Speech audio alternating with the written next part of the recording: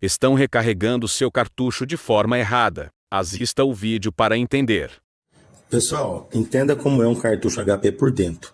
O cartucho tradicional que você compra, ele vem apenas com 2 ml de tinta. Somente onde está a esponja aí. Então não adianta você pôr mais tinta, que você vai estar derramando tinta no compartimento. O cartucho vai vazar e não vai imprimir, tá? Essa espuminha é muito densa e ela vem com tinta até a metade, por quê?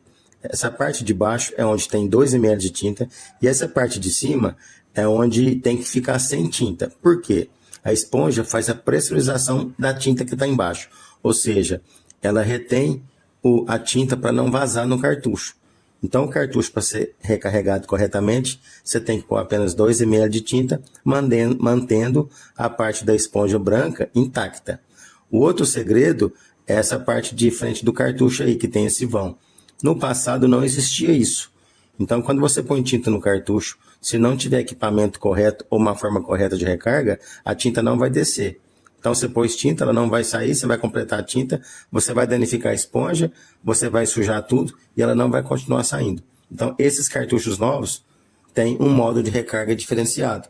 Esse modo tradicional que o pessoal recarrega com seringa e com agulha não vai funcionar. Você vai perder o cartucho, vai perder tempo e vai perder dinheiro.